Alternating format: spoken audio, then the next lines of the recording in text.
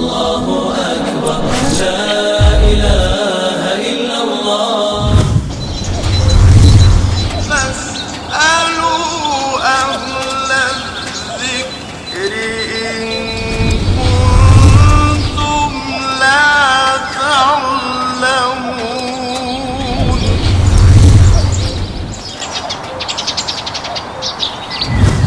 تبارك الذي نزل الفرقان على عبده ليكون للعالمين نذيرا.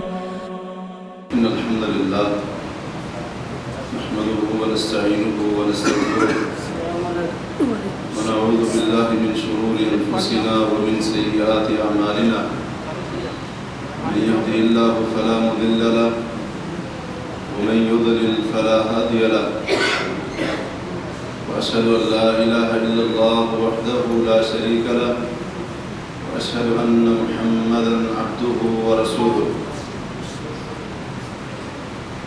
أما بعد فإن خير الحديث كتاب الله وخير الهدي هدي محمد صلى الله عليه وسلم وشر الأمور محدثاتها وكل محدثة بدعة وكل بدعة ضلالة وكل ضلالة في النار.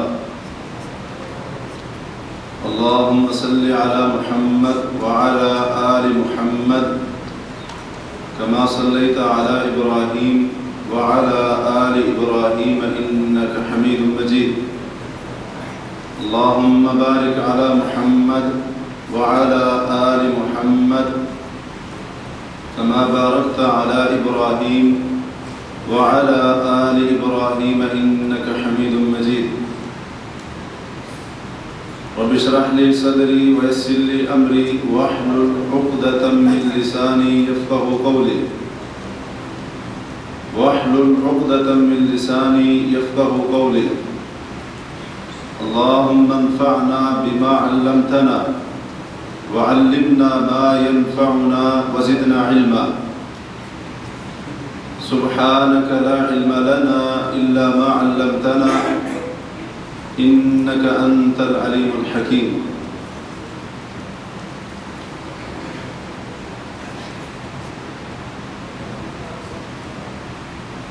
اس بات میں کوئی شک و شبہ نہیں کہ قرآن کریم منزل من اللہ کتاب ہے.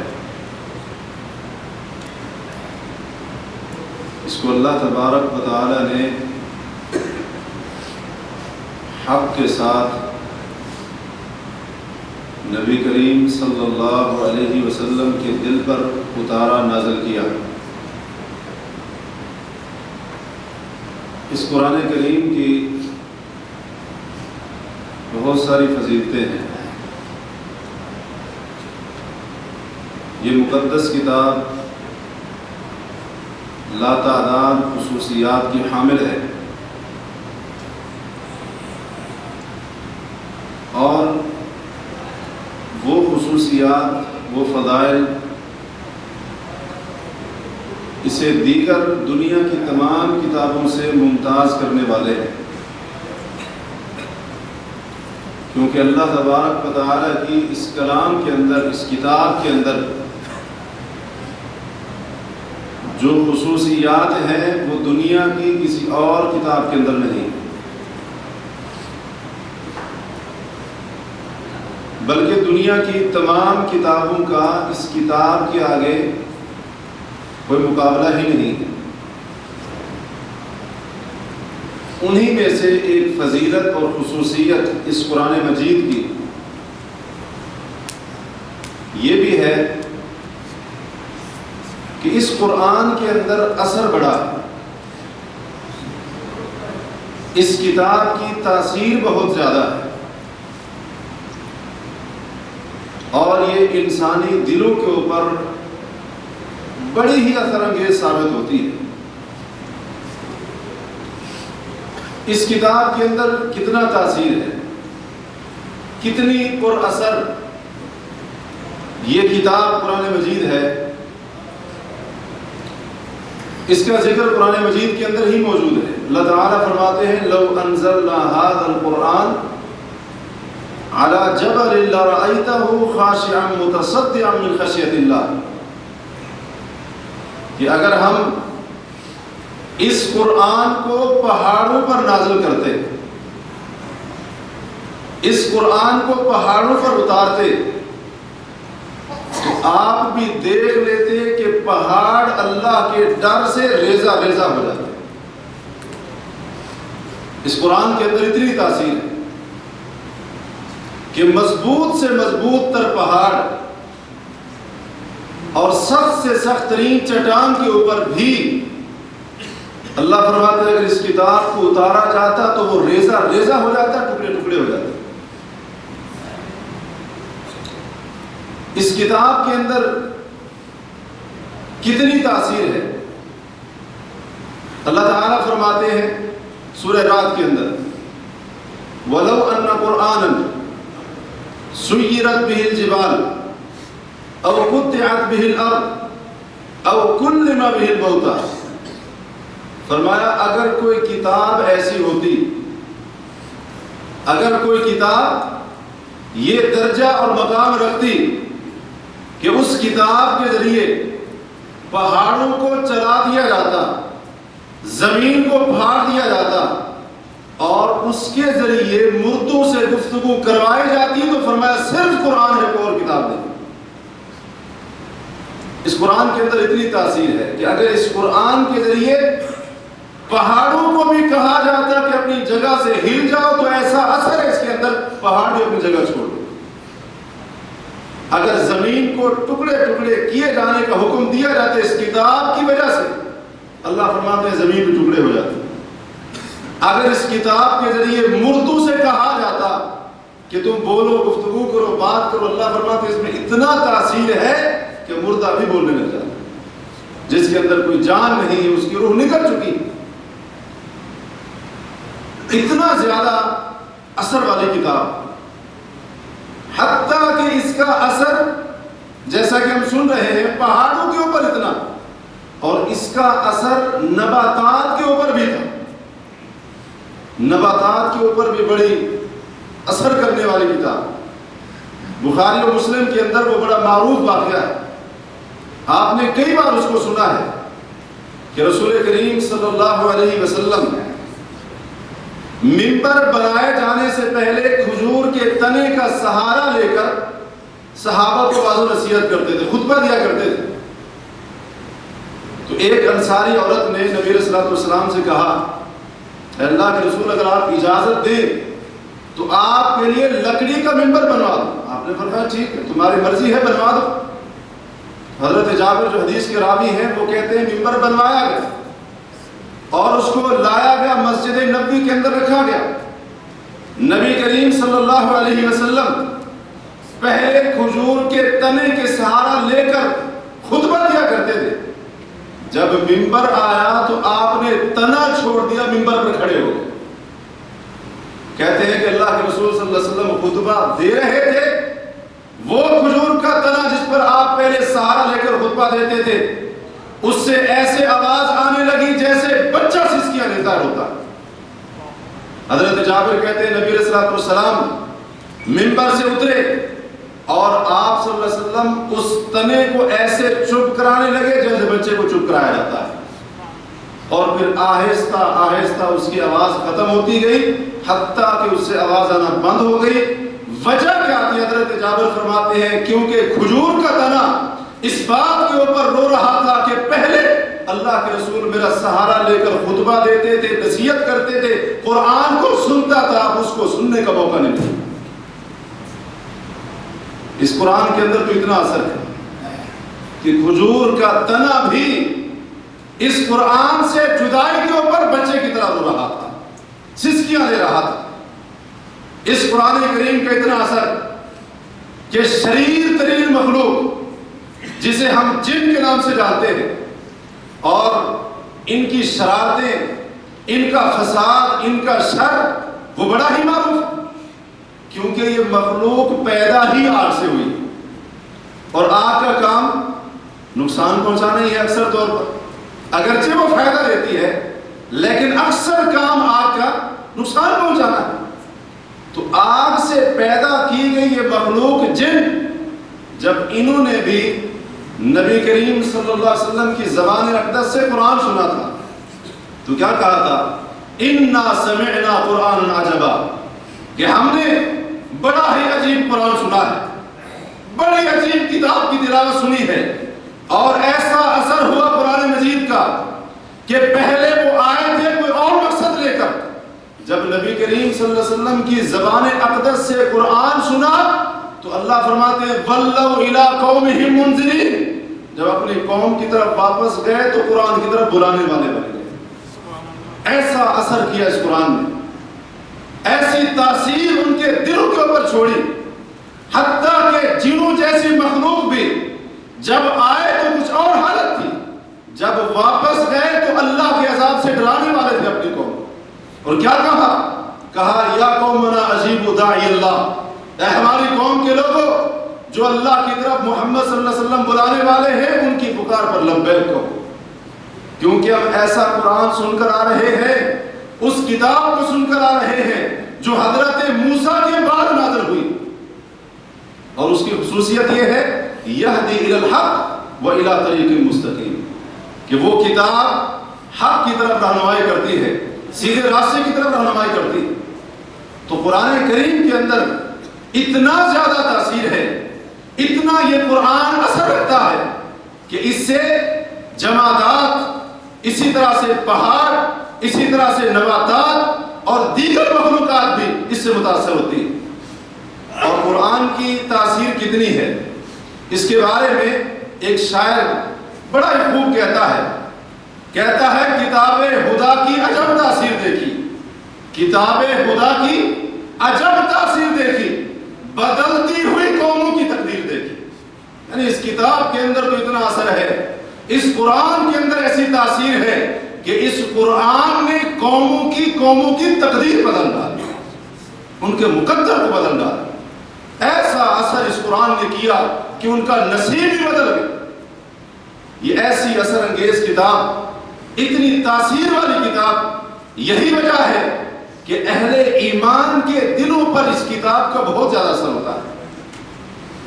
جو ایمان والے ہیں، اللہ اور اس کے رسول کو ماننے والے ہیں، دین حق کو تسلیم کرنے والے ہیں، کلمہ حق، کلمہ ایمان کو انہوں نے اپنے سینے کے اندر جگہ دی ہے، یہ کتاب ان کے دلوں پر اور بھی زیادہ اثر کرتی ہے۔ اور کتنا اثر کرتی ہے، آئیے اس کے تھوڑے سے نمونے دیتے ہیں کہ یہ قرآن، یہ کتاب کتنا اثر کرتا ہے ایمان والوں کے اوپر۔ اور اس میں ہمارے لیے سب سے بہترین مثال سید الاولین والآخرین، سید البشر، ساری اولاد آدم کے سردار جناب محمد مصطفیٰ صلی اللہ علیہ وسلم۔ آئیے ذرا آپ صلی اللہ علیہ وسلم کی زندگی کو دیکھتے ہیں کہ آپ کے اوپر قرآن کا کتنا اثر ہوتا تھا، حالانکہ آپ کے اوپر نازل ہوا تھا، قرآن کا کتنا اثر ہوتا تھا۔ بہت ساری آپ کو مثالیں ملیں، حدیث کی کتابیں اٹھائیں، متعدد اس کی مثالیں ملیں گی کہ نبی علیہ السلام قرآن کریم کا اثر کیسے قبول کرتے تھے۔ صرف چند مثالیں بیان کر کے بات کو آگے بڑھاتے ہیں، جن میں سے ایک مثال بخاری اور مسلم کے اندر ہے۔ حضرت عبداللہ بن مسعود جس کے راوی ہیں، کہتے ہیں کہ ایک بار رسول کریم صلی اللہ علیہ وسلم نے مجھ سے کہا عبداللہ مجھے قرآن سناؤ۔ مجھے کیا سناؤ؟ یہ دیکھیں اللہ کے رسول کی خواہش ہے کہ آپ صحابی سے کہہ رہے ہیں کہ مجھے قرآن سناؤ، اور آج مسلمان دوسرے مسلمان سے کیا کہتے ہیں؟ مجھے کیا سناؤ، وہ بھی ہم جانتے ہیں۔ یعنی نبی علیہ السلام کو دیکھیں، آپ فرماتے ہیں کہ عبداللہ مجھے قرآن پڑھ کر سناؤ۔ حضرت عبداللہ بن مسعود کہتے ہیں میں حیران ہوا، میں نے کہا اللہ کے رسول اقرأ علیک وعلیک انزل، آپ کو پڑھ کر سناؤں جبکہ گزرا آپ پر ہے، قرآن آپ پر نازل ہوا ہے، میں آپ کو پڑھ کر سناؤں؟ آپ نے فرمایا انا احب ان اسمعه من غیری، عبداللہ مجھے بڑا اچھا لگتا ہے جب میں قرآن کسی اور کے منہ سے سنتا ہوں۔ ٹھیک ہے مجھ پر نازل ہوا ہے، لیکن مجھے پسند ہے کہ میں اس قرآن کی آیات کو اپنے سوا کسی اور سے سنوں، لہٰذا مجھے قرآن سناؤ۔ حضرت عبداللہ بن مسعود فرماتے ہیں میں نے سورۃ النساء پڑھنی شروع کی۔ سورۃ النساء کی تلاوت کا آغاز کیا، پڑھتا گیا. جب میں اس آیت کے اوپر پہنچا فَكَيْفَ إِذَا جِئْنَا مِنْ كُلِّ أُمَّةٍ بِشَهِيدٍ وَجِئْنَا بِكَ عَلَى هَؤُلَاءِ شَهِيدًا. اے محمد کریم صلی اللہ علیہ وسلم، اس وقت آپ کا کیا حال ہوگا، اس وقت کیا کیفیت ہوگی جب ہم ہر امت میں سے ایک گواہ لا کھڑا کریں گے. اور وَجِئْنَا بِكَ عَلَى هَؤُلَاءِ شَهِيدًا، اس امت کے تمام گواہوں کو اکٹھا کر کے ان سب پر آپ کو گواہ بنا کر کھڑا کریں. اس وقت کیا کیفیت ہوگی، کیا حال ہوگا. تو جب کہتے اس آیت کے اوپر میں پہنچا، نبی علیہ السلام نے مجھے فرمایا حسبک عبداللہ، رک جاؤ، بس کافی ہے. کہتے ہیں جب میں تلاوت کو میں نے ختم کیا، رک گیا، خاموش ہو گیا. فرفعت راسی، میں نے اپنا سر اوپر اٹھایا، آنکھیں اوپر اٹھائیں. کیا دیکھتا ہوں؟ فَإِذَا عَيْنَاهُ تَذْرِفَانِ، نبیوں کے سردار کی آنکھیں قرآن سن کر آنسو بہا رہی تھی. نبی علیہ السلام مجھ سے قرآن سن رہے تھے، آنسو بہا رہے تھے. آپ کی آنکھوں سے آنسو نکل رہے تھے، آپ رو رہے تھے. قرآن کا اتنا اثر، نبی کریم صلی اللہ علیہ وسلم کے اوپر قرآن کا اتنا اثر. ایک اور مثال ام المؤمنین سید عائشہ صدیقہ رضی اللہ تعالیٰ نے روایت کرتی ہے، صحیح ابن حبان وغیرہ کی حدیث ہے، بڑی طویل حدیث ہے. اس کو مختصر کرتے ہوئے اپنے موضوع سے متعلق ہم بات کو سنتے ہیں. ام المؤمنین فرماتی ہیں کہ ایک رات جب میری باری تھی، یعنی نبی علیہ السلام میرے گھر کے اندر تشریف فرما تھے، تو آپ علیہ السلام بستر کے اوپر جب لیٹے تو گویا کہ آپ کو جیسے چین نہ رہا.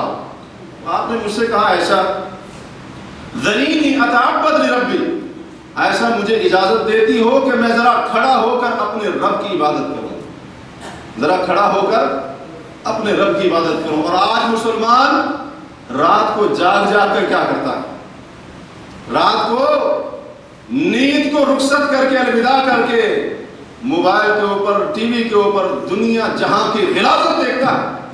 نبی علیہ السلام فرماتے ہیں عائشہ مجھے اجازت دو تاکہ میں رات کے اس اندھیرے تاریکی کے اندر کھڑا ہو کر اپنے رب کی بندگی کر سکوں، اپنے اللہ کی عبادت کر سکوں. اور آج مسلمان کی حالت ہے ساری رات گناہ کے اندر گزار دے گا، لیکن رات کو کھڑا ہو کر 2 رکعت پڑھنے کی توفیق نہیں ہوتی. 2 رکعت نفل تو چھوڑے، فجر کی نماز پڑھنے کی توفیق نہیں ہوتی.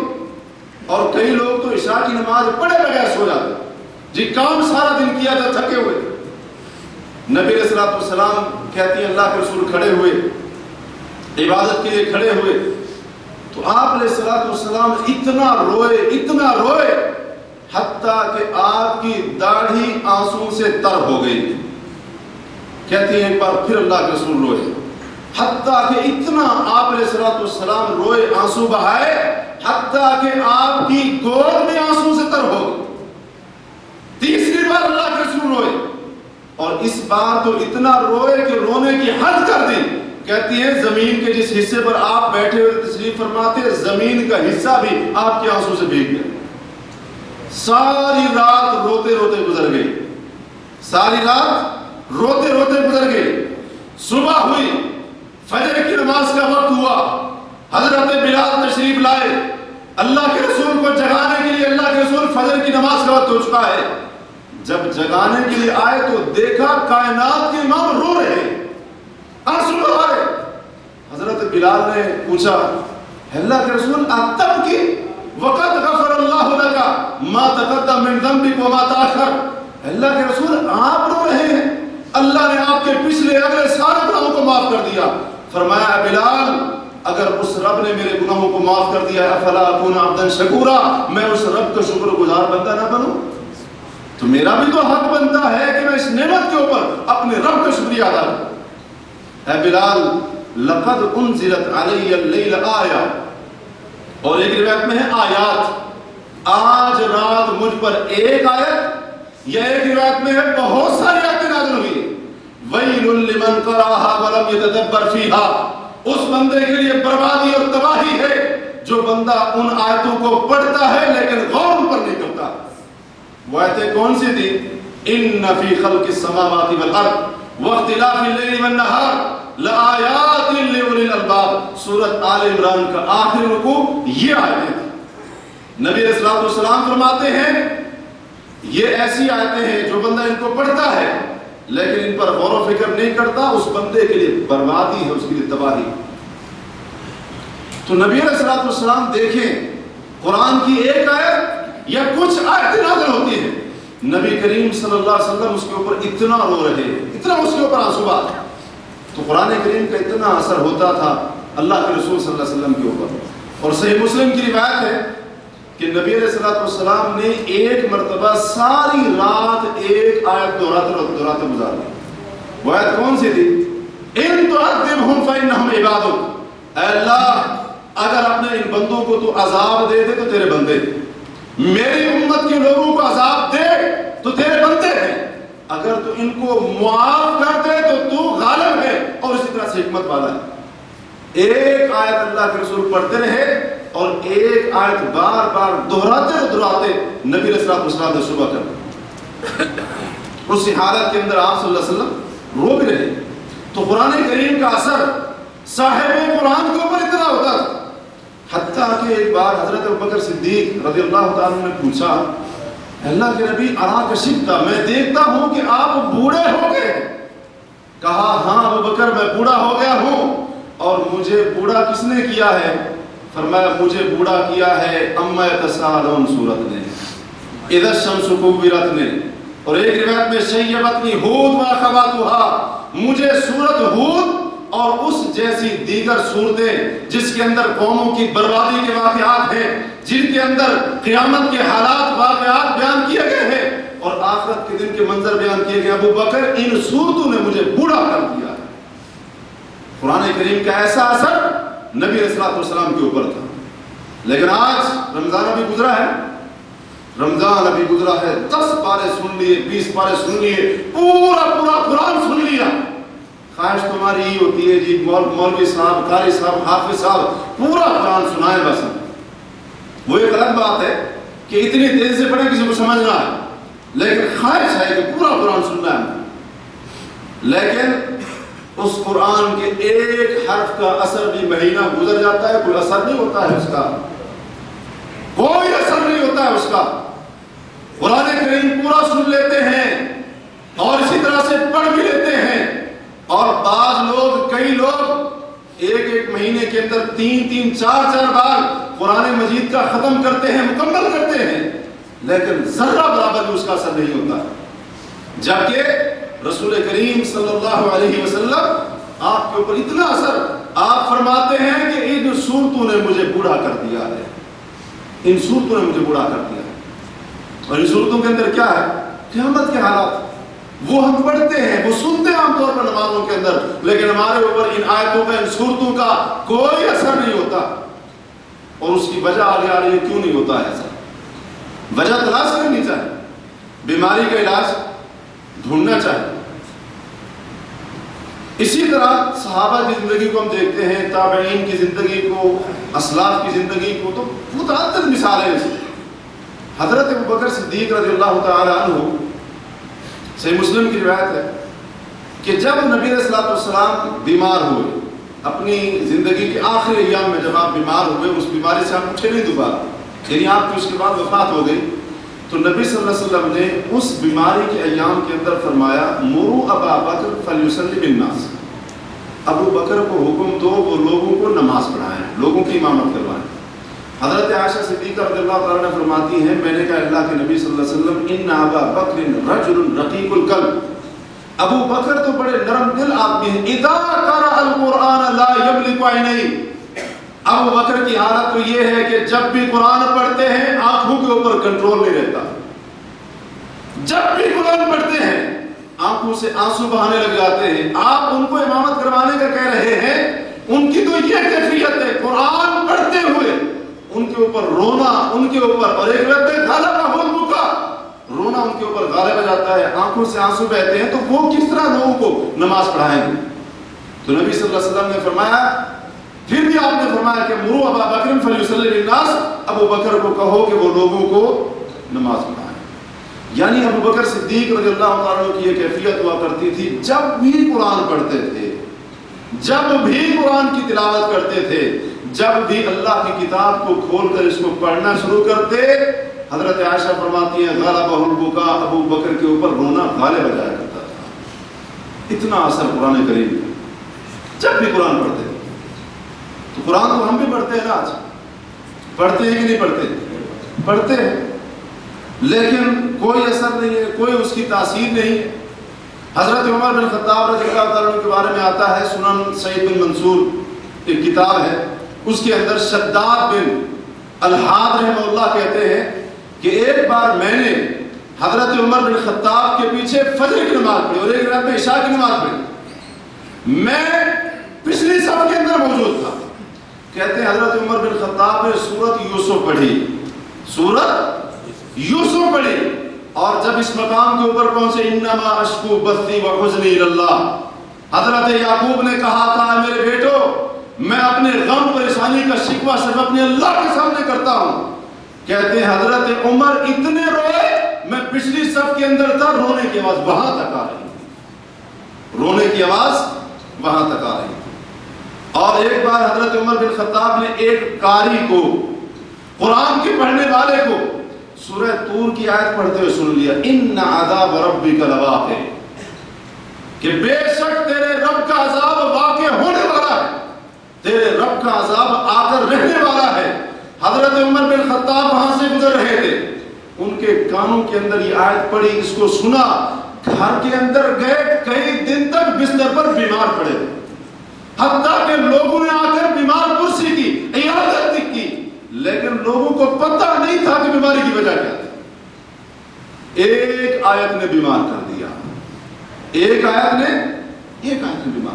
کر دیا. اور آپ جناب ایک ایک رات کے اندر قرآن ختم کرا، 10 گھنٹوں کے اندر، 8 گھنٹوں کے اندر.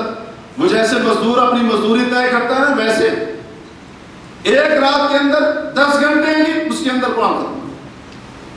ایک آیت سن کر ان عذاب ربک لواقع، کہ تیرے رب کا عذاب واقع ہو کر رہے گا. حضرت عمر جیسا صحابی بیمار پڑ گئے. اتنا اثر قرآن کا، جی ہاں اتنا اثر، اتنا تاثیر تھی قرآن کی ان کے دلوں کے اندر. کئی دنوں تک راوی کہتے ہیں بستر کے اوپر بیمار پڑے رہے، حتیٰ کہ لوگوں نے آ کر ان کی بیمار پرسی. حضرت عبداللہ بن عمر جب بھی سورہ حدید کی آیت کو سنتے تھے، الم یأن للذین آمنوا ان تخشع قلوبهم لذکر اللہ وما نزل من الحق، اللہ فرماتے ہیں کہ ایمان والوں کے لیے وہ وقت ابھی نہیں آیا کہ ان کے دل اللہ کے ذکر کے لیے نرم پڑ جائیں، جو حق ان پر نازل ہوا، ان کے لیے نازل ہوا، اس کے لیے نرم پڑ جائیں. حضرت عبداللہ بن عمر جب بھی اس آیت کو سنتے تھے اتنا روتے تھے، رونا ان کے اوپر غالب آ جایا کرتا تھا. حضرت عبداللہ بن عمر رضی اللہ عنہ، عمر بن خطاب کے بیٹے، اتنا روتے، رونا غالب آ جایا کرتا تھا. اسی طرح سے حضرت عبداللہ بن عباس کے بارے میں ابن ابی ملیکہ بہت بڑے تابعی تھے، یہ فرماتے ہیں کہ میں حضرت عبداللہ بن عباس کے ساتھ ایک سفر میں تھا، اور یہ سفر مکہ مکرمہ سے مدینہ تک کا تھا. اور اس وقت یاد رہے اس زمانے میں مکے اور مدینے کے درمیان کا جو سفر تھا وہ 4-5 گھنٹوں میں طے نہیں ہوتا تھا، 8 دن لگتے تھے. کتنے دن؟ 8 دن لگتے تھے. کہتے ہیں میں حضرت عبداللہ بن عباس کے ساتھ تھا مکہ سے لے کر مدینہ تک. کہتے ہیں دوران سفر ان کا یہ معمول رہا، جب آدھی رات کا وقت ہو جاتا حضرت عبداللہ بن عباس اپنی سواری سے اترتے اور کھڑے ہو جاتے نفل پڑھنے کے لیے. اور ان نوافل کے اندر کیا ہوتا تھا؟ کہتے ہیں قرآن کو بڑی ترتیل کے ساتھ پڑھتے تھے، ایک ایک حرف واضح کر کے پڑھتے تھے. اور جب اس نماز کے اندر کھڑے ہو کر قرآن کو پڑھتے تھے تو پھر سینے سے رونے اور سسکیوں کی آواز کی سوا کوئی اور چیز نہیں سنائی دیتی. یہ حضرت عبداللہ بن عباس ہے، کون؟ جن کے بارے میں کہا جاتا ہے ترجمان القرآن ہے، قرآن کے ترجمان ہے، اللہ کی کتاب کی ترجمان. یہ ان کی کیفیت ہے. اور ایک روایت میں ہے، کہتے ہیں کہ ایک بار حضرت عبداللہ بن عباس سفر کی حالت میں تھے، رات کو کھڑے ہوئے نماز پڑھنے کے لیے. سورۃ قاف کی جب اس آیت کے اوپر آئے وجاءت سکرۃ الموت بالحق ذالک ما کنت منہ تحید، اللہ فرماتے ہیں موت کی جو پکڑ ہے وہ حق کے ساتھ آ گئی. موت کی سختی اس نے آ کر پکڑ لیا، شکنجے میں لے لیا، گرفت میں لے لیا. اور یہی وہ چیز تھی اے غافل انسان جس مسجد سے تو دور بھاگتا تھا. جب سورۃ قاف کی اس آیت کے اوپر پہنچے کہتے اس آیت کو بار بار دوہرا بھی رہے تھے, سسکیوں کی آواز بھی آ رہی, رو بھی رہے, بار بار دوہرا رہے, رو بھی رہے. حضرت عبداللہ بن عباس رضی اللہ عنہ ان کی یہ حالت ہے. اسی طرح سے عبداللہ بن عروہ بن زبیر جو کہ تابعی ہیں, وہ کہتے ہیں کہ میں نے اپنی دادی حضرت اسماء بنت ابی بکر سے پوچھا کہ دادی جان یہ بتائیں کہ نبی کے صحابہ جب قرآن سنتے تھے ان کی حالت کیا ہوتی تھی, ان کی کیا حالت ہوتی تھی؟ کہا کہ بس ان کی یہ حالت ہوتی تھی تدمع اعینہم وتقشعر جلودہم کما نعتهم اللہ, کہ صحابہ کرام جب قرآن سنتے تھے تو قرآن سن کر ان کی آنکھوں سے آنسو جاری ہو جاتے, رونگٹے کھڑے ہو جاتے, جیسے اللہ نے اپنی کتاب کے اندر ان کے بارے میں فرمایا. تو صحابہ کرام کے اوپر یہ اثر ہوا کرتا تھا قرآن کا جب وہ قرآن کو سنا کرتے تھے, جب اللہ کی کتاب کو سنا کرتے تھے. اور اللہ تعالیٰ نے ان کے بارے میں کیا فرمایا ہے کہ اللہ تبارک و تعالیٰ نے سب سے بہترین بات کو نازل کیا ہے, اور اس کی خصوصیت یہ ہے کہ یہ متشابہ ہے, اس کے احکام یا آیتیں آپس میں ملتی جلتی ہیں, مثانیہ بار بار دہرائی جاتی ہیں, پڑھی جاتی ہیں, دہرایا جاتا ہے, تکرار کے ساتھ ان کو پڑھا جاتا ہے. فرمایا تقشعر منہ جلود الذین یخشون ربہم, وہ لوگ جو اپنے رب سے ڈرتے ہیں جب یہ کتاب ان کے اوپر پڑھی جاتی ہے تو ان کے رونگٹے کھڑے ہو جاتے ہیں. قرآن کے اندر تقشعر کا لفظ ہے, اور تقشعر کا معنی یہ ہوتا ہے کہ جب بندے کے خوف کی وجہ سے جسم کے بال کھڑے ہو جائیں. جسم کے بال ایسا ہوتا ہے نا بعض دفعہ جب بہت زیادہ ڈر ہو بندے کو, یا اسی طرح سے اچانک بندہ ڈر جائے تو ڈر کی وجہ سے جسم کے بال, اسے کہتے ہیں رونگٹے کھڑے کرنا, اور رونگٹے کھڑے ہونا, اور عربی میں سے کہتے ہیں تقشعر, کہ ڈر کی وجہ سے چمڑے کے بالوں کا کھڑا ہو جانا. اللہ فرماتے ہیں جو لوگ اپنے رب سے ڈرتے ہیں اس کتاب کو سن کر ان کے چمڑے کے بال بھی ڈر کی وجہ سے کھڑے ہو جاتے ہیں. یہ اثر ہوتا تھا صحابہ کرام کے اوپر قرآن کا, رونگٹے کھڑے ہو جاتے ہیں اللہ کی کتاب کو سن کر, ایسی تاثیر ان کے دلوں کے اندر پیدا ہوتی تھی, رونگٹے کھڑے ہو جاتے ہیں. اسی طرح سے اور بھی بہت سارے اس کی مثالیں ملتی ہیں, اور ایک ایسی مثال کہ جس کو سن کر بندہ حیران ہو جاتا ہے, مسند احمد وغیرہ کے اندر ہے کہ ایک بار راوی کہتے ہیں کہ ہم غزوہ ذات الرقاع میں تھے, تو اس غزوے کے اندر جب ہم واپس ہو رہے تھے یا راستے میں تھے, دوران سفر تھے, تو نبی علیہ الصلوۃ والسلام نے جب ایک رات پڑاؤ کیا ٹھہرے, تو آپ صلی اللہ علیہ وسلم نے صحابہ سے پوچھا کہ کون بندہ ہے جو آج رات لشکر والوں کا پہرا ہے, کون بندہ؟ تو راوی کہتے ہیں دو بندے کھڑے ہو گئے, ایک مہاجر تھے دوسرے انصاری تھے. ایک مہاجر صحابی کھڑے ہو گئے, دوسرے انصاری صحابی کھڑے ہو گئے. تو ان دونوں نے کہا اللہ کے رسول ہم پہرا دیں گے, آپ آرام سے سو جائیں. تو لشکر سے تھوڑا سا دور یہ پہرا دینے کے لیے کھڑے ہو گئے. ان میں سے ایک بندہ, وہ مہاجر تھا یا انصاری تھا, اس صحابی نے اپنے ساتھی سے کہا کہ ابھی مجھے نیند نہیں آ رہی, آپ تھوڑی دیر آرام کر لیں, میں پہرا دینے کے لیے کھڑا ہوں, تیار ہوں, آپ تھوڑی دیر آرام کر لیں, سستا ہے, مجھے نیند نہیں آ رہی, جب میں تھکوں گا آپ کو جگا دوں گا. تو یہ صحابی کھڑے ہو گئے. تو اس صحابی نے سوچا کہ فرصت تو ہے, ویسے بھی جا رہا ہوں, نماز شروع کی, اللہ اکبر کہہ کر نماز شروع کر. نماز شروع کی, نماز پڑھنے لگ گئے. نماز کے اندر قرآن کی ایک سورت کا آغاز کیا, اس کو پڑھ رہے تھے. اچانک دشمن کا تیر آیا, جسم میں لگ گیا دشمن کا. اور آج تو ہم سے مکی کا بیٹھنا بھی برداشت نہیں ہوتا ہے نماز کے, ایسے ہی ہے, مکی کا بیٹھنا بھی برداشت نہیں ہوتا ہے. صحابی نماز کے اندر کھڑے, دشمن کا تیر آیا, جسم کے اندر پیوست ہو گیا, جسم کے اندر داخل ہو گیا. صحابی نماز کو جاری رکھے ہوئے, قرآن پڑھتے جا رہے ہیں, پڑھتے جا رہے ہیں, پڑھتے جا رہے ہیں. اسی دوران دوسرا تیر آ کر لگا. اب ظاہر سی بات ہے, جب تیر لگا ہوگا تو تکلیف بھی ہوئی ہوگی نا, ہوئی ہوگی نا, مچھر مکیر کاٹنے سے کہیں زیادہ ہوئی ہوگی. وہی ہوگی نا. دوسرا تیر آ کر لگا لیکن صحابی نے نماز نہیں چھوڑی, قرآن پڑھ رہے ہیں, وہ سورت جو شروع کی تھی پڑھ رہے ہیں. جب تیسرا تیر لگا اور خون بہت زیادہ بہہ گیا تو جلدی جلدی نماز کو پورا کیا اور اپنے ساتھی کو جگایا, اپنے ساتھی کو جگایا. تو جب اس ساتھی نے دیکھا کہ آپ کی یہ حالت ہو چکی, آپ نے پہلے بھی نہیں جگایا, کہا کہ قرآن کی ایک ایسی سورت شروع کی تھی اس کو چھوڑنے کو دل نہیں چاہ رہا, اس کو چھوڑنے کو دل نہیں چاہ رہا. تو اللہ کی قسم اگر مجھے اس بات کا ڈر نہ ہوتا کہ نبی کریم صلی اللہ علیہ وسلم نے سرحد کے اوپر پہرا دینے کی جو ذمہ داری لگائی ہے اس کے اندر میں کمی کوتاہی نہ کر بیٹھوں تو اللہ کی قسم میں اس وقت تک نماز کو نہ چھوڑتا جب تک اس سورت کو پورا نہ کرتا, یا تو میری جان جاتی یا سورت کو پورا کرتا. لیکن یہ ڈر پیدا ہو گیا کہیں نبی کے اس حکم کے اندر خیانت نہ ہو جائے, لہٰذا جلدی سے نماز کو پورا کیا اور میں نے آپ کو جگایا. وگرنہ سورت ایسی شروع کی تھی کہ دل نہیں چاہ رہا تھا اس سورت کو مکمل کیے بغیر رکوع کے اندر چلا جاؤں, نماز کو چھوڑوں. ایسا اثر قرآن کا, ایسا اثر کہ تیر آ کر جسم میں پیوست ہو گئے. کہتے ہیں مجھے اس کی نہیں پرواہ تھی, جان چلی جاتی کوئی بات نہیں, لیکن مجھے یہ بات پسند تھی کہ جس سورت کو شروع کیا ہے اس کو پورا کر کے چھوڑو. اتنی تاثیر, اتنا اثر قرآن کریم کا ان کے دلوں کے اندر کہ انسان یعنی دنگ رہ جاتا. اور یہ سب کس وجہ سے تھا؟ ایمان کی قوت کی وجہ سے, ایمان کی قوت کی وجہ سے. ام المؤمنین سیدہ عائشہ صدیقہ رضی اللہ تعالی عنہا مومنوں کی ماں, نبی کی گھر والی, اور یقیناً نبی کی گھر والی ہے تو کوئی عام مقام تو نہیں ہوگا.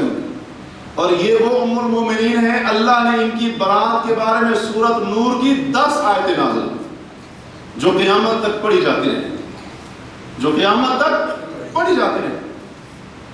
سورت نور کی 10 آیتیں اللہ نے ان کی برات بے گناہی میں نازل فرما.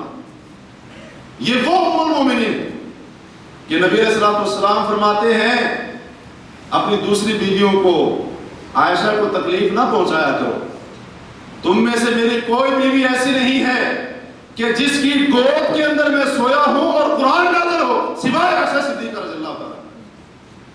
میں ان کی گود میں سویا ہوتا ہوں, جبریل میرے پاس تب بھی وحی لے کر آتے. یہ وہ مومنوں کی ماں. اور جب ایک بار ان کا ہار گم ہو گیا, وہ واقعہ معروف ہے تیمم کیسے شروع ہوا تھا. سفر میں تھے, ہار گم ہو گیا تو ہار تلاش کرنے میں نماز کا وقت ہو گیا, اور جہاں پر ٹھہرا تھا قافلہ وہاں پر پانی نہیں تھا.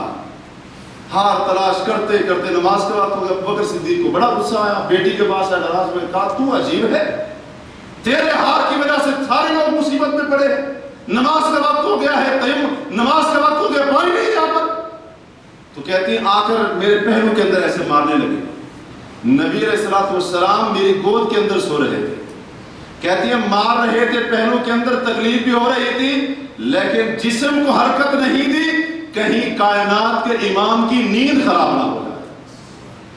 تو اللہ تبارک و تعالی نے تیمم کی آیت نازل فرما, اللہ نے تیمم کی آیت نازل فرما دی. ایمان والو جب تم سفر کی حالت میں ہو, پانی نہیں مل رہا ہے تو کوئی بات نہیں, پاک مٹی کے ساتھ تیمم کر لیا. حضرت حسین بن حذیفہ آئے کہ کہا, حضرت عائشہ صدیقہ سے مخاطب ہو کر کہا, اے نبی کے گھر والوں, یہ کوئی پہلی برکت تمہاری وجہ سے مسلمانوں کو نہیں ملی ہے, اس سے پہلے اور بھی بہت ساری برکتیں ملی. یہ وہ ام المؤمنین.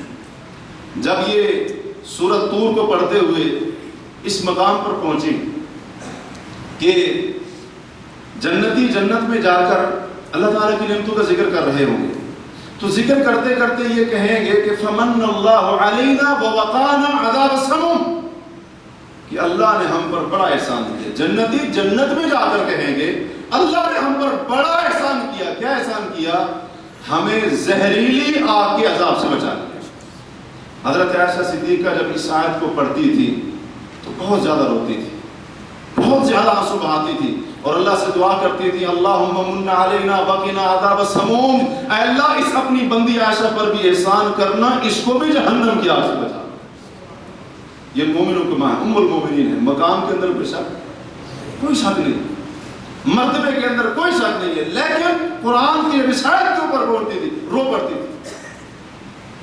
اسی طرح سے جب اس آیت کو سنتی تھی نا، وَقَرْنَ فِي بُيُوتِكُنَّ، اللہ نے فرمایا نبی کی گھر والی اپنے گھر کے اندر رہنا۔ تو حضرت عائشہ جب گئی تھی نا حضرت علی کے ساتھ جنگ کرنے کے لیے صفین کے اندر نہیں، میں بول رہا ہوں جنگ جمل جو ہوئی تھی، تو جب بعد میں جب اس آیت سے کے اوپر سے گزرتی تھی یا پڑھ کر ان کو سنائی جاتی تھی یا سنتی تھی، تو راوی کہتے اتنا روتی تھی، ان کا دوپٹہ ان کی اوڑھنی تر ہو جایا کرتی تھی کہ اللہ نے فرمایا تھا گھر کے اندر رہنا، اور میں تو نکلی تھی گھر سے۔ اور آج مسلمان عورت کو دیکھ لیں جو مرضی کر رہی۔ تو ام المومنین کی حالت، حضرت جبیر بن مطعم کہتے ہیں کہ نبی علیہ السلام ایک بار قرآن پڑھ رہے تھے، قرآن کریم کو پڑھ رہے تھے، اور سورہ طور کی جب ان آیتوں کے اوپر آپ پہنچے، ام خلقوا من غیر شیء ام هم الخالقون، کہ کیا یہ لوگ بغیر کسی چیز کے یوں ہی پیدا ہو گئے یا یہ خود ہی پیدا کرنے والے ہیں؟ کہتے جب یہ آیتیں اللہ کے رسول پڑھ رہے تھے، کاد قلبی ان یطیر، ان آیتوں کا میرے دل کے اوپر ایسا اثر ہوا کہ لگتا ایسے تھا میرا دل ابھی میرے سینے سے نکل کر اڑ نہ جائے کہیں، اور ابھی تک کہتے ہیں میں مسلمان نہیں تھا۔ یہ آیتیں جب اللہ کے رسول کی زبان اقدس سے سنی، کہتے ہیں سب سے پہلے ایمان میرے دل کے اندر گھر کر گیا۔ ابھی تک حالانکہ مسلمان نہیں۔ اس کے علاوہ اور بھی متعدد مثالیں دی جا سکتی ہیں، تابعین کی زندگی کو اٹھائیں، ان کی سیرت کو اٹھائیں، بے شمار اس کی مثالیں ملتی ہیں۔ حسن بصری رحمہ اللہ کی ایک لونڈی سے کسی نے پوچھا کہ حسن بصری رحمہ اللہ جب گھر میں آتے ہیں تو کیا کرتے ہیں؟ کہا کہ میں تو دو چیزیں دیکھتی ہوں، جب گھر میں آتے ہیں تو قرآن ان کے سامنے کھلا ہوتا ہے اور آنکھوں سے آنسو بہ رہے ہوتے ہیں، زبان سے کچھ بھی نہیں بول سکتے۔ قرآن کھلا ہوتا ہے، آنسو بہ رہے ہوتے ہیں، بس میں تو یہی دیکھتی ہوں اور کچھ نہیں کرتے۔ محمد بن منکدر رحمہ اللہ ایک بار اتنا روئے حتیٰ کہ ان کے سارے گھر والے چپ کراتے رہے، چپ کرانے سے عاجز آ گئے۔ انہوں نے ابو حازم، محمد بن منکدر بھی تابعی ہیں، ابو حازم بھی تابعی تھے، وہ آئے کسی کام سے تو ابو حازم کو کہا کہ آپ ان کو ذرا چپ کرائیں، ہم تو چپ کرا کے تھک گئے ہیں، چپ ہونے کا نام نہیں لے رہے۔ تم ابو حازم جب ان کے پاس گئے محمد بن منکدر کے پاس، کہ کہا کہ آپ کیوں رو رہے ہیں؟ کہا آیت فی کتاب اللہ، کتاب اللہ کی ایک آیت رلا رہی ہے مجھے، قرآن کریم کی، اور آج 666 پڑھ دی جائیں، جیسے مشہور ہے نا ہمارے یہاں 666 آیتیں، ویسے اختلاف ہے گنتی کے اندر، تو جو مشہور ہے پورا قرآن پڑھ دیا جائے کورونا۔ محمد بن منکدر کہتے ہیں کہ ایک آیت کتاب اللہ کے اندر اس کی وجہ سے ہو رہا۔ ابو حازم نے پوچھا وہ آیت کون سی ہے؟ کہا سورہ زمر کی آیت ہے وَبَدَا لَهُم مِّنَ اللَّهِ مَا لَمْ يَكُونُوا يَحْتَسِبُونَ، جب لوگ قیامت کے دن اللہ کے پاس آئیں گے ایسے گناہ سامنے آئیں گے جو ذہن کے اندر بھی نہیں، وہم و گمان کے اندر بھی نہیں۔ کہا کہ یہ آیت مجھے رلا رہی ہے، اس کے اوپر مجھے رونا آ رہا ہے۔ ابو حازم جو چپ کرانے آئے تھے وہ بھی ساتھ ہو گئے رونے، وہ بھی ساتھ رونے لگے۔ محمد بن منکدر کے گھر والوں نے ابو حازم سے کہا عجیب آدمی کو ہم نے بھیجا تھا چپ کرانے کے لیے، تم بھی ان کے ساتھ ہو گئے، کیونکہ معاملہ ایسا تھا، ایک آیت کتاب اللہ، چپ کرانے والا بھی رو، دونوں رو رہے۔ اسی طرح سے تمیم داری رضی اللہ عنہ کے بارے میں آتا ہے کہ وہ جب اس آیت کو پڑھتے تھے، ایک بار وہ اس آیت کو پڑھنے لگے، ام حسب الذین اجترحوا السیئات، کہ کیا وہ لوگ جو گناہ کرنے والے ہیں انہوں نے یہ سمجھ لیا ہے ان نجعلہم کالذین آمنوا وعملوا الصالحات سواء محیاہم ومماتہم، کہ ہم ان کو ایمان والوں اور نیک عمل کرنے والوں جیسا بنا دیں گے کہ ان کی زندگی موت برابر ہو۔ کہتے ہیں کعبۃ اللہ کے پاس کھڑے تھے تمیم داری، اس آیت کو لگے پڑھنے، رکوع کرتے، سجدہ کرتے، پھر اٹھتے تو یہی آیت پڑھتے، ساتھ ساتھ رو بھی رہے تھے۔ فضیل بن ایاس کہتے ہیں، امام قرطبی رحمہ اللہ ذکر کرتے ہیں اس آیت کی تفسیر میں اپنی تفسیر کے اندر، کہتے ہیں فضیل بن ایاس جب بھی انہوں نے آیت پڑھی یا جب بھی ان کے اوپر آیت پڑھی گئی تو کہتے ہیں وہ رو پڑھتے تھے۔ اور امام قرطبی فرماتے اس آیت کے بارے میں مشہور تھا کہ یہ آیت عبادت گزاروں کو رلانے والی ہے. یہ آیت عبادت گزاروں کو رلانے والی ہے. قرآن کریم کا اثر، قرآن کریم کا ایسا اثر ہوا کرتا تھا. ایک بندہ آیا عبداللہ بن مبارک رحمہ اللہ کے پاس اور آ کر کہنے لگا کہ میں نے آج رات جو رات گزری ہے، میں نے اس رات کو پورا قرآن پڑھ ڈالا. ایک رات کے اندر گویا کہ وہ اپنا کارنامہ بیان کر رہا تھا. تو عبداللہ بن مبارک رحمہ اللہ نے فرمایا کہ میں تو ایک ایسے بندے کو جانتا ہوں جس نے الہاکم التکاثر پڑھنا شروع کی، اس کو بھی پورا نہیں کر سکتا. اس سے مراد کون تھے؟ راوی کہتے ہیں خود عبداللہ بن مبارک. پوری رات سورۃ الہاکم التکاثر پڑھتے ہیں. الہاکم التکاثر حتی زرتم المقابر، لوگوں دنیا کی کثرت کی چاہت نے تمہیں غافل کر دیا حتیٰ کہ تم قبروں کے اندر جا. کہتے ہیں صرف ایک سورت کو پڑھتا رہا، اس سورت نے آگے تو کہتے میں پورا قرآن پڑھ کے آگے سرنا. ایک سورت اسی کے اندر لگے، اسی کو بار بار پڑھتے. اور یہی وجہ تھی قرآن کریم کا یہ اثر تھا، قرآن کریم کی تاثیر تھی کہ ایک ایک آیت نے کئی سلف صالحین کی ساری زندگی کو تبدیل کر دی. فضیل بن عیاض رحمہ اللہ کے بارے میں امام ذہبی رحمہ اللہ سیر اعلام النبلاء اپنی کتاب کے اندر لکھتے ہیں کہ فضیل بن عیاض ان کی کیفیت یہ تھی کہ یہ ڈاکہ ڈالتے تھے، راستے کے اندر لوٹ مار کرتے تھے، قافلے والوں کو لوٹا کرتے تھے.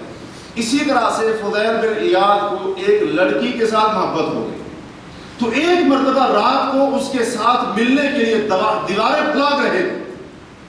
پھیلا کر اس کو ملنے کے لیے جا رہے تھے. اچانک رات کے اندھیرے کے اندر کہیں سے پڑھنے والے کی آواز کو سنا، الم یأن للذین آمنوا ان تخشع قلوبهم لذکر اللہ وما نزل من الحق. یہ آیت کان سے ٹکرائی. اللہ فرماتے ایمان والوں کے لیے بھی وقت نہیں آیا کہ ان کے دل اللہ کے ذکر کے لیے نرم پڑ جائیں. وہیں پر ٹھہر گئے. کرنے کیا جا رہے تھے؟ کیا کرنے جا رہے تھے؟ اس لڑکی سے ملنے جا رہے جس کے ساتھ محبت کرتے تھے. قرآن کی ایک آیت سنی، وہیں پر رک گئے. اور جب اس آیت کو سنا غور سے کہ اللہ فرماتے ایمان والوں کو ابھی وقت نہیں آیا کہ وہ باز آ جائیں، ان کے دل نرم پڑ جائیں، لوٹ آئیں، پیچھے آ جائیں، گناہوں کو چھوڑ دیں اور اس حق کے لیے ان کے دل نرم پڑ جائیں. حضرت فضیل بن عیاض نے فرمایا بلا یا رب قد آن، اے رب وہ وقت آ چکا ہے. وہ وقت، یہ نہیں کہا کہ ابھی تو میں اس ایک کام پر جا رہا ہوں بعد میں آ کر دیکھوں. وہیں پر قدم رک گئے. گناہ کرنے جا رہے تھے، ایک آیت کان سے ٹکرائی، وہیں پر کہا اللہ وہ وقت آ چکا. دل نرم ہو گئے، تیرے قرآن کے لیے، تیرے ذکر کے لیے اپنے آپ کو جھکا دیا.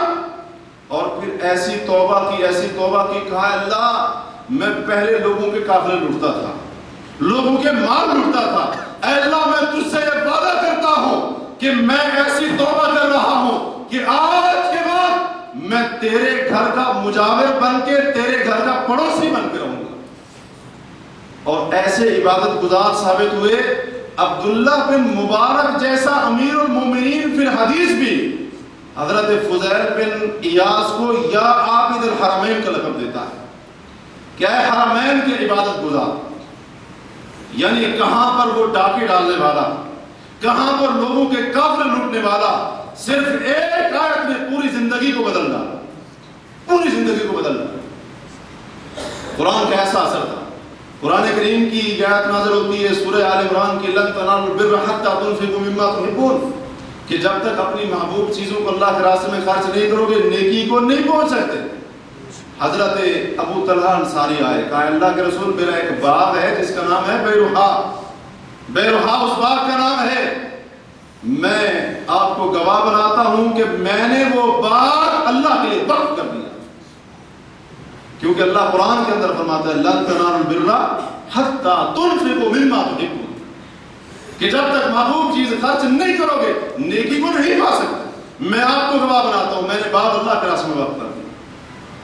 قرآن کے مقام نازل ہوتا ہے من ذا الذی یقرض اللہ قرضا حسنا، کون ہے جو اللہ کو قرض حسنا دے، فیضاعفہ لہ اضعافا کثیرہ، اللہ اس کو بدلے میں بہت زیادہ گنا بڑھا کر دے. حضرت ابو الدہداء نے جب یہ آیت سنی تو کہا اللہ کے رسول میرا جو 600 کھجوروں والا باغ ہے آپ گواہ ہو جائے میں نے اللہ کو قرض دے دیا ہے، میں نے اللہ کو قرض دے دیا۔ اور ایک روایت میں آتا ہے اللہ کے رسول صلی اللہ علیہ وسلم نے فرمایا کھجور جنت میں ایک کھجور کا درخت لے لو یہ باغ آپ نے دے دو۔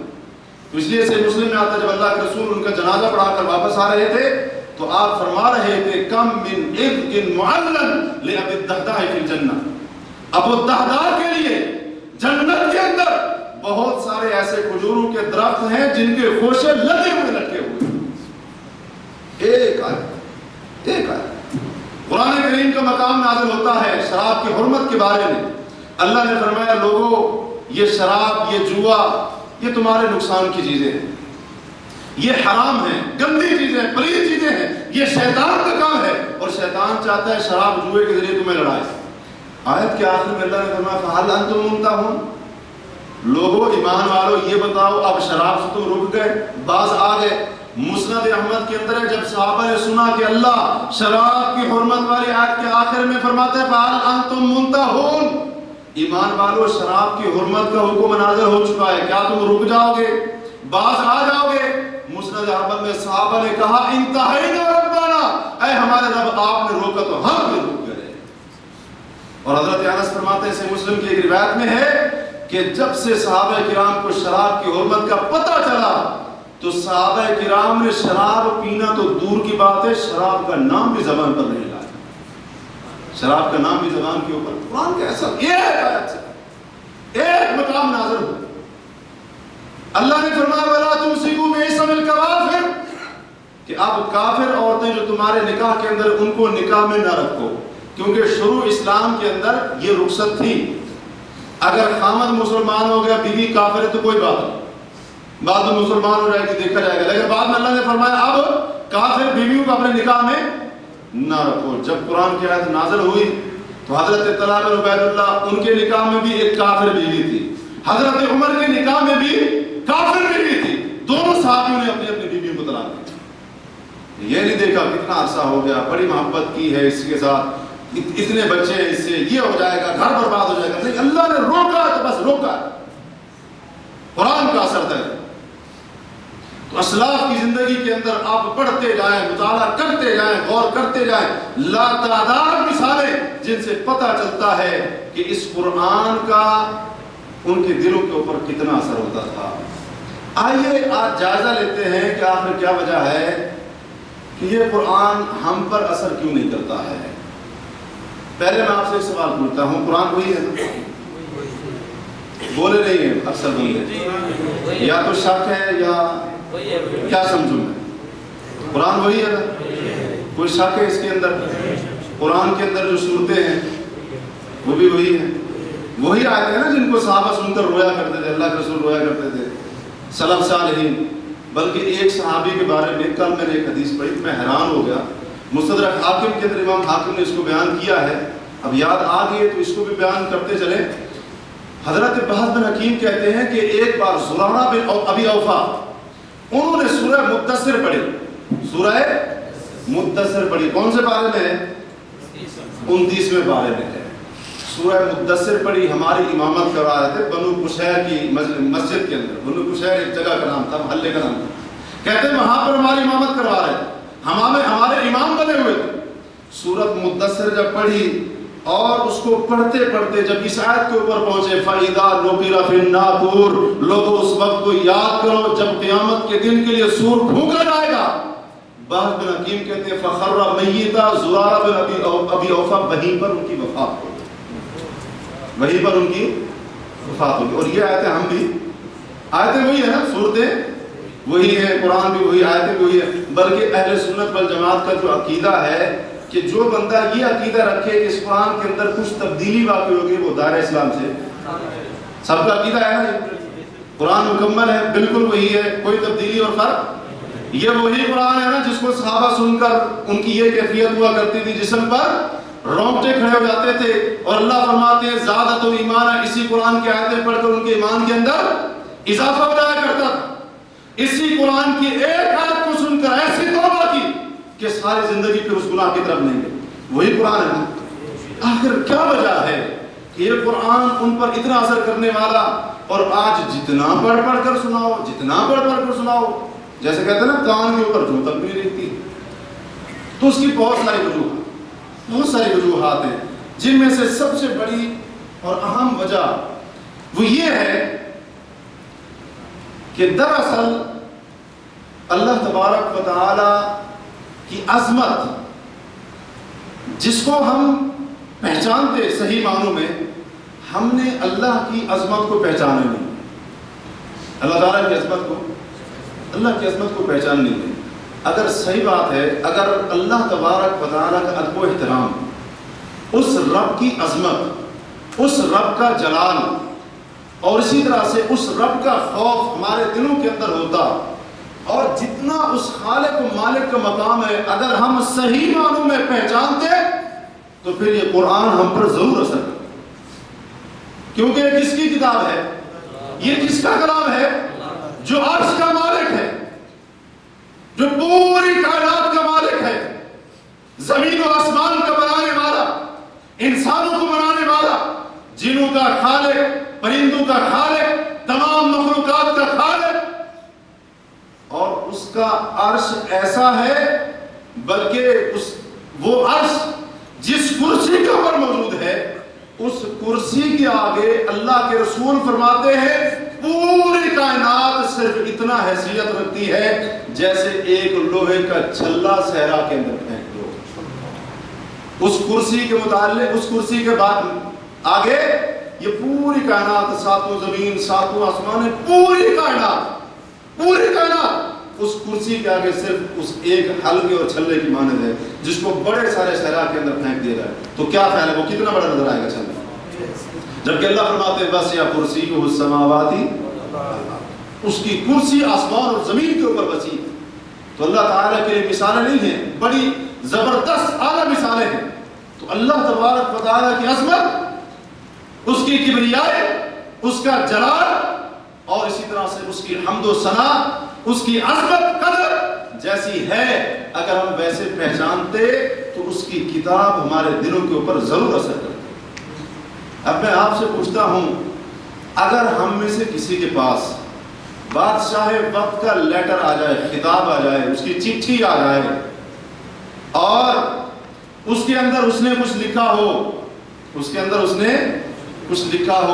تو کیا کریں گے؟ وہ چٹھی آئے گی، دیکھیں گے، وہ چلو پڑھی بھی جا رہی ہے، لہذا اس کو لپیٹو، یعنی اچھا کر کے اوپر رکھ دو، اس کو بادشاہ کی چٹھی ہے، یہی کریں گے؟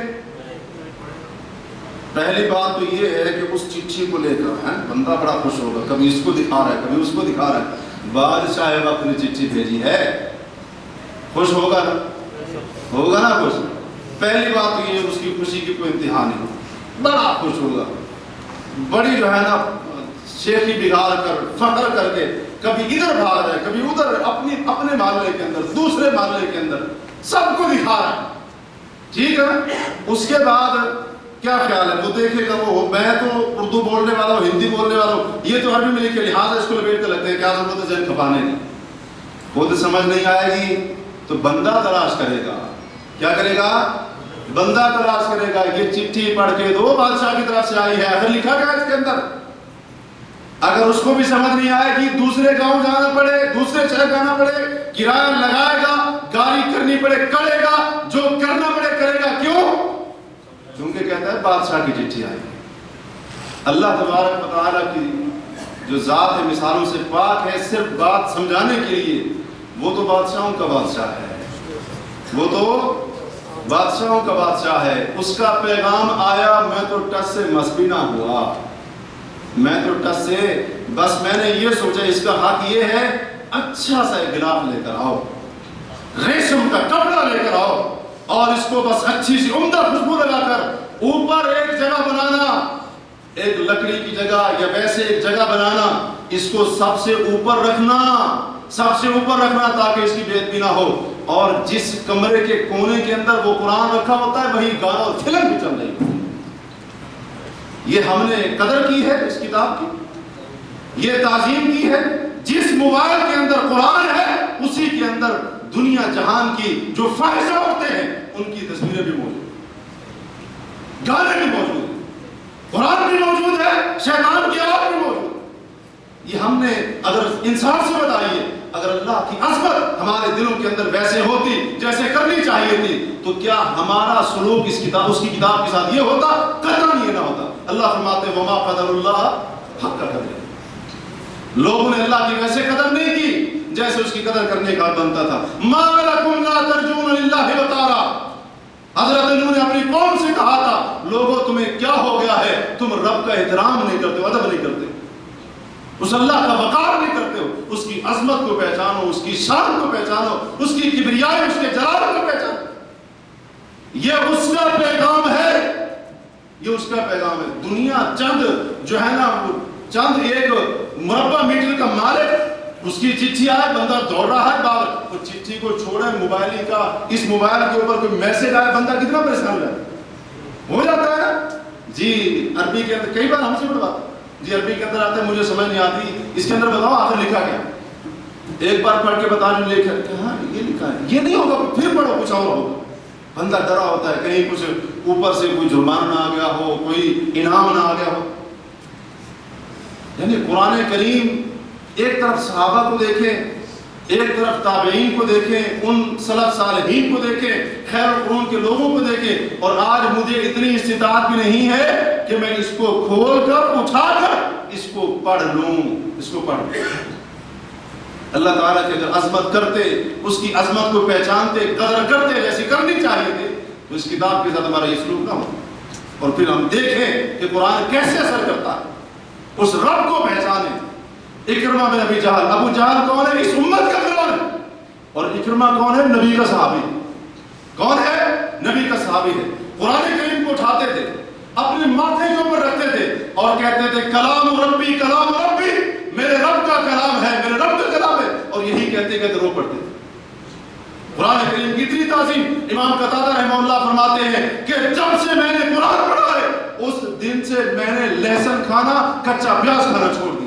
کیوں؟ کیونکہ قرآن کے ادب کے خلاف۔ ابو العالیہ تابعی ہیں، وہ فرماتے ہیں کہ قرآن کی سورت کو چھوٹی سورت نہ کہو۔ ایک بار ان کے سامنے ایک بندے نے کہا قرآن کی فلاں سورت چھوٹی ہے، کہا تو چھوٹا ہوگا، قرآن کی جو بھی سورت ہے وہ سب سے عظیم۔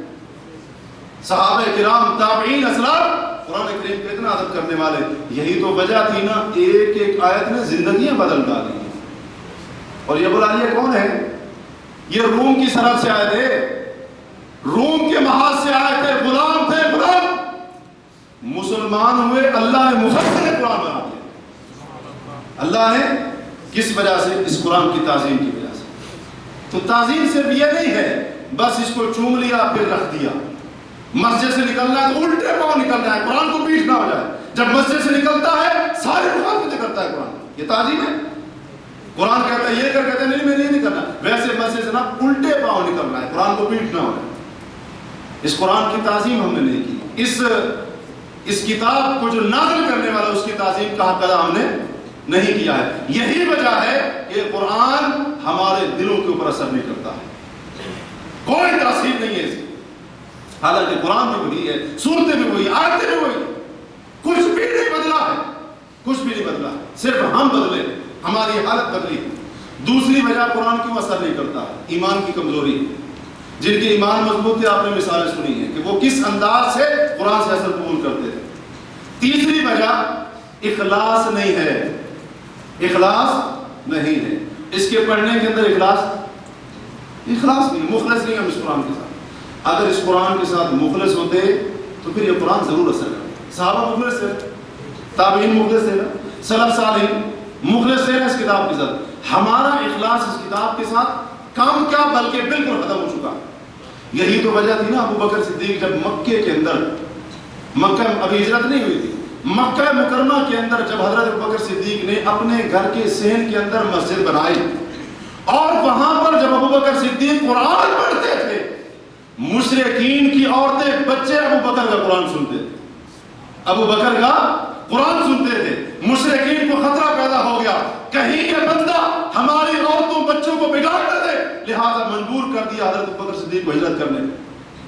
ابو بکر صدیق وہاں سے نکلے اور ابن الدغنہ نام کا ایک کافر تھا، اس نے پھر آپ کو بنا دی تھی۔ یعنی ایسا ایسے سوچ کے ساتھ، ایسی تاثیر کے ساتھ ابو بکر صدیق اتنے اخلاص کے ساتھ قرآن پڑھتے، مشرکین کی عورتیں بچے آ کر قرآن ان کا سنتے تھے، حیران ہوتے تھے، قرآن بھی پڑھ رہے رو بھی رہے۔ اور نبی علیہ الصلوۃ والسلام کے بارے میں آپ نے سنا ہے کہ جب آپ اللہ کے رسول کعبہ کے نزدیک کھڑے ہو کر مکی زندگی میں قرآن پڑھتے تھے، مشرکین کعبہ کے پردوں کے اندر چھپ چھپ کر قرآن کو سنتے تھے، ابو جہل جیسے لوگ قرآن کو آ کر سنتے تھے۔ حضرت عمر بھی فرماتے ہیں میں بھی جا کر سنتا تھا مسلمان ہونے سے پہلے۔ نبی علیہ الصلوۃ والسلام اتنے خلوص کے ساتھ پڑھتے تھے۔ اگر آج اتنے خلوص کے ساتھ پڑھا جائے، اتنے خلوص کے ساتھ سنا جائے، اللہ کی قسم ہمارے دل پہاڑوں جیسے سخت نہیں ہے میرے خیال، یہ سخت ہے۔ اللہ نے فرمایا اس قرآن کو اگر پہاڑ پر بھی نازل کیا رہتا تو پہاڑ بھی ریزہ ریزہ ہو جاتا۔ ہمارے دل اتنے سخت نہیں۔ اسی طرح سے ایک اور وجہ وہ یہ بھی ہے کہ اس کی طرف توجہ ہم نہیں دیتے ہیں، پڑھتے ہوئے یا سنتے ہوئے توجہ نہیں دیتے ہیں۔ اور قرآن سے توجہ کیوں ہٹ گئی؟ اس کی وجہ یہ موبائل ہے۔ موبائل یہ چیزیں اب دیکھیں نا، لوگوں کی جتنی توجہ موبائل کی طرف ہے اتنی قرآن کی طرف کچھ بھی نہیں ہے اس کے مقابلے میں، کچھ بھی۔ آپ نے ایسے بندوں کو بھی دیکھا ہوگا، ہم بھی جانتے ہیں، آپ بھی جانتے ہوں گے، جو ایک دن بھی اسکول نہیں ہے، ایک دن بھی اسکول کا منہ نہیں دیکھا ہے، موبائل ماشاء اللہ لیا ہوا ہے گلیکسی کا، اور اس کے اوپر فیس بک بھی چلا رہے ہیں، سارا کچھ چلا رہے ہیں۔ قرآن پڑھنے کی بات کو جی مجھے آتا نہیں، بہت مشکل ہے، ہٹ گئی نا توجہ۔ یہ موبائل بہت کچھ لے گا، ایمان بھی لیں گے اور سارا کچھ لے گا۔ اس کی سب سے بڑی وجہ یہ قرآن کی طرف توجہ کیوں نہیں ہوتی ہے؟ کیونکہ یہ مصیبت ہماری، اس کا غلط استعمال، صحیح استعمال نہیں، اس کا غلط استعمال۔ لوگ اللہ کے قسم گھنٹوں بات کرتے رہیں گے نیٹ کے اوپر، کیوں پتہ ہے نا فری ہے، پیسے نہیں لگ رہے، گھنٹوں۔ میرے ساتھ ایسے ہوا، ایک بندے نے فون کیا، اب میں تھوڑا سا بیٹھا تھا اس حالت کے اندر، کچھ کام کر رہا تھا، وہ کہتا ہے جی اور سناؤ جی، میں چاہ رہا ہوں بات کاٹنا، اس کو پتا ہے کال لگی ہے، فری لگا، جو ضروری بات تھی پوچھی، میں نے بتا دی، پھر پوچھ رہا ہے فلاں کیا ہے، فلاں کیا ہے، فلاں کیا، گھنٹوں ضائع کر دیں گے، لیکن قرآن کے ہلکے گلاس کے اندر نہیں آئے، تو کھینچ لیا نا ان چیزوں نے۔ اسی طرح سے اور بھی کافی سارے اسباب ہیں، بہت ساری وجوہات ہیں جن کی وجہ سے قرآن ہمارے دلوں کے اوپر اثر نہیں کرتا ہے۔ ان میں سے ایک بڑی وجہ یہ بھی ہے کہ ہم نے دنیا کو آخرت پر ترجیح دے رکھی ہے، دنیا کو آخرت پر ترجیح دے رکھی ہے، تو پھر کیسے قرآن اثر کرے جب ہمارا پورا مقصد دنیا کو حاصل کرنا، اسی کے پیچھے اپنے آنکھ اپنے کان بند کر کے بھاگ رہے ہیں، تو پھر کیسے قرآن اثر کرے؟ ایک اور وجہ یہ بھی ہے کہ ہم اپنے اعضاء کو، خاص طور پر کان، آنکھ، دل، زبان، اسی طرح سے دیگر اعضاء، ان کو گناہوں کے اندر استعمال کرتے ہیں، ان کا غلط استعمال کرتے ہیں۔ یہ بھی ایک وجہ ہے کہ قرآن اثر نہیں کرتا ہے، کیونکہ قرآن حق ہے اور کان کے ساتھ گانے سننا باطل ہے۔ جس کان سے باطل آواز گزر کر جائے وہاں پر حق کی آواز نہیں جاتی۔ جو آنکھ باطل کو دیکھنے کی عادی ہو چکی ہو، اس کو قرآن کے صفحات میں مزہ، اس کو مسجد میں امام صاحب کی تلاوت اگر لمبی ہوگی تو پھر ایسے ہونا شروع ہو جائے گا، کب تلاوت پوری ہوگی، نماز ختم ہوگی، بھاگو یہاں سے۔ نبی علیہ الصلوۃ والسلام کی حدیث، آج جن چیزوں کو ہم دیکھتے ہیں وہ جہنم کی طرف لے کر جانے والی ہے۔ نبی علیہ الصلوۃ والسلام کا فرمان یاد رکھیے گا، آپ فرماتے ہیں من سرہ ان یحب اللہ ورسولہ، شعب الامام بہقی وغیرہ کی روایت، حسن درجے کی روایت، آپ فرماتے ہیں جو بندہ یہ چاہتا ہے، جس بندے کو یہ بات پسند ہے کہ وہ اللہ اور اس کے رسول سے محبت کرے، چاہتے ہو نا، چاہتے ہو کہ نہیں اللہ اور اس کے رسول سے محبت کرے، میں اپنے رب سے محبت کروں، اپنے نبی سے محبت کروں، ہر مسلمان چاہتے اس کے لیے کچھ کرنا پڑے گا، زبان سے نہیں چلے گا۔ آپ نے فرمایا جو بندہ چاہتا ہے کہ اللہ اور اس کے رسول سے محبت کرے، فرمایا فَلْيَقْرَأْ فِي الْمُصْحَفِ، رب کا قرآن کھول کر اس میں دیکھ کر پڑھا کرے، اللہ سے بھی محبت ہو جائے گی، اس کے نبی سے بھی محبت ہو جائے گی۔ اور موبائل کے اوپر دیکھنے سے گندی تصویریں، غلط ویڈیو دوسرے کو بھیجنا، تیسرے کو بھیجنا، اس سے اللہ کی محبت حاصل ہوگی، اللہ کا غضب نازل ہوگا۔ فیصلہ ہمارے اوپر ہے۔ اگر اس کتاب کو ہم پڑھتے ہیں، اس کی طرف آتے ہیں، اسی طرح سے توجہ کرتے ہیں اس کی طرف، پھر دیکھیں یہ قرآن ہماری زندگی کو کیسے بدلتا ہے، اس قرآن کا کیسے ہمارے اوپر اثر ہوتا ہے۔ اللہ تبارک و تعالی سے دعا کریں کہ اللہ وحدہ لا شریک ہمارے دلوں کے اندر ایمان اور قرآن کی محبت کو بھر دے۔ اللہ تبارک و تعالی ہمارے دلوں کے اندر نیکیوں کی محبت کو بھر دے، نیکیوں کا جذبہ ہمارے اندر پیدا ہو۔ اللہ ہمیں یہ توفیق دے، اور رب کائنات سے دعا ہے کہ اللہ ہمارے دل کے اندر کفر، تیری نافرمانی، فسق و فجور، ہر قسم کے گناہ، ان کی نفرت کو ہمارے دلوں کے اندر ڈال دے۔ اے اللہ ہمیں نیک عمل کرنے کی توفیق دے، ایمان والے کاموں کی طرف سبقت کرنے کی توفیق دے، اور اے اللہ جو کام تجھے ناراض کرنے والے ہیں، تیری نافرمانی والے ہیں، اے اللہ ان سے ہمیں اپنے آپ کو بچانے کی قوت دے۔